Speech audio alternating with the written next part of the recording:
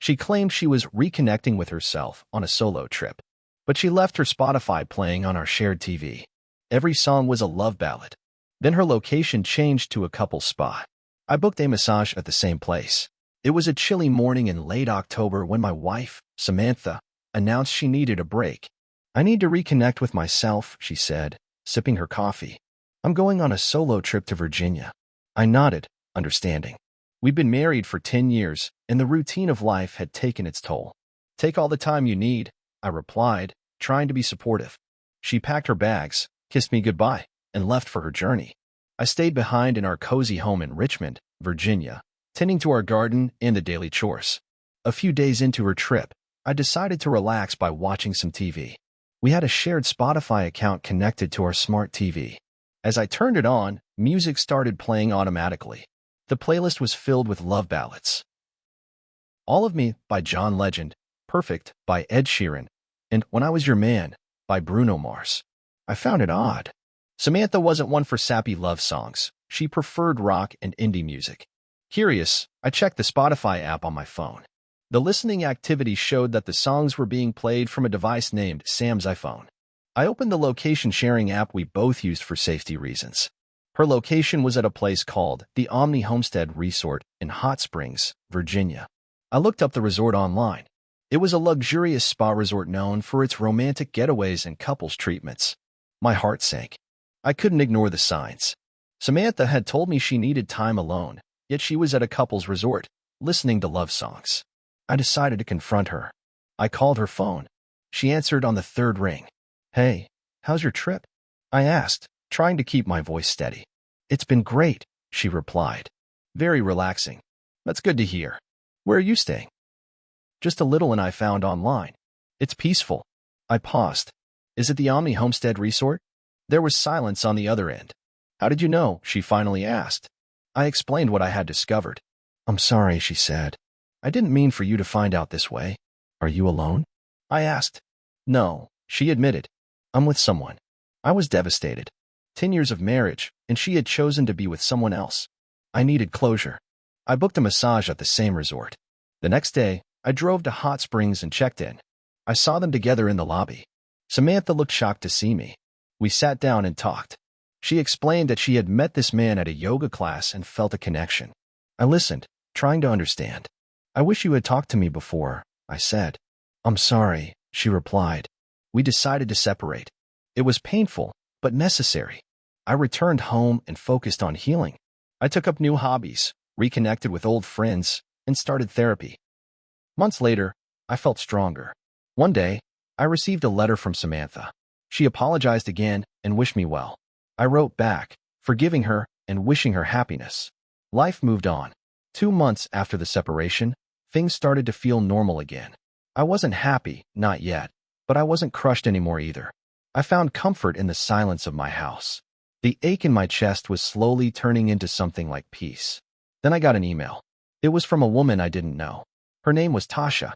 I almost deleted it, but something about it felt serious. Inside, it read, "I believe we've both been lied to by the same person. I've been seeing a man named Kyle for the past 5 months. Last week, I saw photos of him at the Omni Homestead Spa with another woman. She looked like she knew she belonged there. That woman was your wife, wasn't she?" I froze. "Kyle."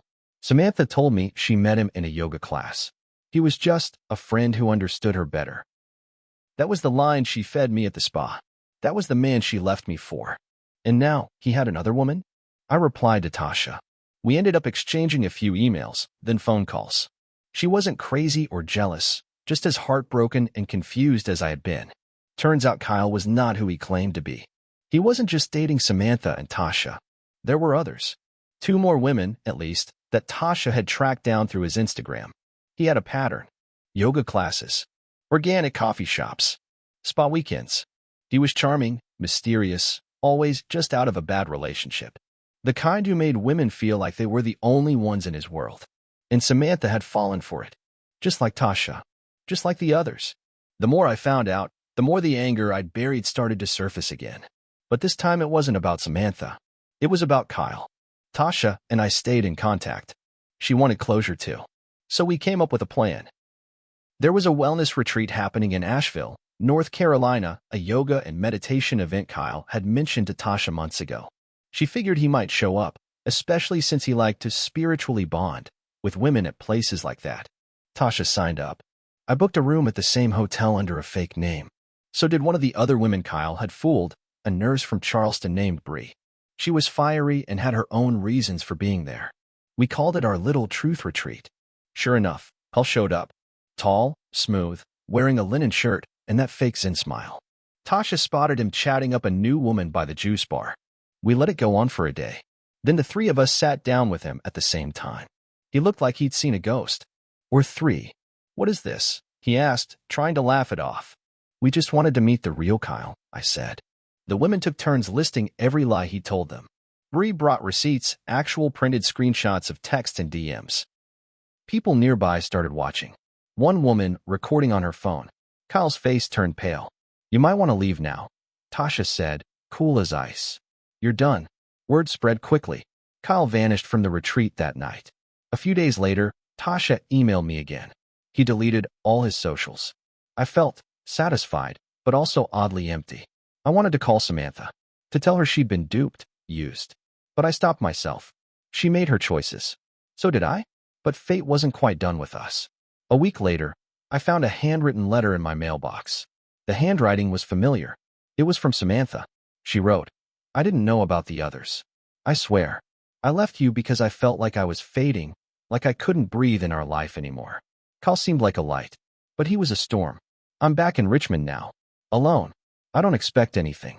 I just needed you to know I'm sorry, and that I miss the man who once planted marigolds for me every spring. I folded the letter slowly.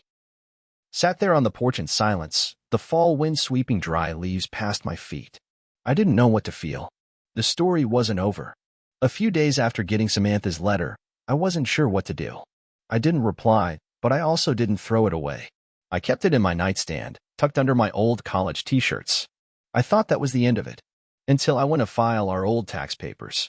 While digging through the locked file cabinet in the guest room closet, a cabinet I hadn't opened since we were together, I found an envelope with no label. Inside were printed statements from a bank account I didn't recognize. A joint bank account. Not ours. The name's on the statement? It had been opened 7 months ago, 3 months before she told me she needed space. And the balance? Over $47,000. I stared at the statements in disbelief. Every deposit, every withdrawal, it was like a breadcrumb trail of betrayal. There were charges from vacation spots, luxury spas, restaurants and cities she told me she'd traveled through alone. But the worst part? One deposit was a wire transfer. From my bank account. I raced to my bank the next morning. After an hour of sitting across from a woman named Nancy, she confirmed what I was afraid of. Samantha had transferred $10,000 from our joint account into the secret one, right before she left for her solo trip. She had timed it perfectly, using our shared finances just days before filing separation paperwork. Legally, it was in a gray area, but morally, it was theft. You'd need to speak to a lawyer, Nancy said, leaning in like she was telling me how to handle a family betrayal. But yes, it looks like you were set up. I walked out of the bank with fire in my chest. I wasn't just hurt anymore. I wasn't just betrayed. I was ready to fight. I sent Samantha a message. We need to talk. In person. She agreed. We met at Libby Hill Park, where we'd had our second date a decade earlier. She looked different. Not glamorous, not polished, just tired. Maybe even scared. You found it, didn't you? She asked before I could speak. The account? Yeah, I said. And the money. You stole from me, Sam. I didn't mean for it to get that far, she whispered, looking down. Cut the crap. You planned this. Tears welled up in her eyes. Kyle said we'd start a life together. He said we needed to build something of our own. He said he'd match every dollar I took. He never did. He left with it. You let him, I said, voice sharp. She didn't argue. Then she pulled something from her purse. A manila folder. These are the police reports. He stole from me too. Everything. He even took my grandmother's ring. I flipped through the pages. It was real. So now what? You want sympathy? I asked. I want forgiveness, she said. And maybe your help. At first, I wanted to walk away. Let her drown in the mess she helped create. But something didn't sit right. Why would Kyle open an account with her name on it? Why leave a trail? Unless he didn't care. unless he wanted it to blow up. I hired a private investigator named Mr. Denny, a retired NYPD detective with a serious coffee addiction and no tolerance for liars. After 2 weeks, he came back with something wild. Kyle Emerson wasn't his real name. His real name was Benjamin Ellis, and he had a sealed record in 3 states. Fraud, identity theft, a restraining order in Oregon filed by, get this, his own sister. And the kicker? He wasn't targeting women for love. He was targeting them for access. Every woman he scammed had one thing in common. They all worked in real estate, finance, or insurance. Samantha? She worked in accounting. Tasha managed a small family business. Bree? She was a private insurance underwriter. This wasn't a heartbreak story anymore. This was a crime ring. I didn't tell Samantha about what we found right away. I had Mr. Denny coordinate with the authorities quietly. We tracked Benjamin down in Tennessee. He was going by the name Brandon and living with another woman. This one was a widow with a sizable inheritance. It was only a matter of time. With the help of Denny and the FBI's cybercrime division, they set up a sting operation using Samantha as bait. It was risky. She could back out at any moment, and honestly, I wouldn't blame her. But she didn't. She played the part, sent Benjamin an email saying she wanted to try again and talk about the money. They arranged a meeting at a small resort near Nashville. Hidden mics, agents watching nearby. It felt like a movie. He showed up, smooth as ever, brought flowers. Within 5 minutes, he was in cuffs. The news broke 2 days later. Serial romance scammer caught in FBI sting. Photos. Victim testimonies. A total of 9 women involved. Over $250,000 stolen across 5 states. Samantha's name wasn't listed. She asked them to keep it out. So did I. I didn't do it for her. I did it for me. I didn't want to live the rest of my life as the guy whose wife ran off with a con man. I just wanted peace. We never got back together. But we did talk. And when the case went to court, I sat behind her in the gallery, not to support her, but to support the part of myself that needed to see the chapter close. The courtroom was cold, sterile, almost too clean for what it was about to host, truths sharp enough to draw blood. Benjamin Ellis, sat at the defendant's table, that smug face wiped clean. No linen shirt this time. Just an orange jumpsuit and steel handcuffs. And that face? The one that once made my wife believe in second chances? It was finally cracking. The FBI's case was tight. They had bank records, emails, text messages, testimonies from every woman he'd played. They even found fake IDs and a burner phone in his Nashville apartment. No escape. And Samantha? She testified. She stood, nervous hands clasped, voice shaking at first. But she told the truth. Every lie she fell for. Every dollar she helped move. Every regret that haunted her. The prosecutor didn't spare her. So you're saying you had no idea this was fraud when you helped transfer $10,000 from your husband's account? Samantha's face went red. I wanted a life with him. I didn't ask questions I should have. I was selfish. That moment stayed with me.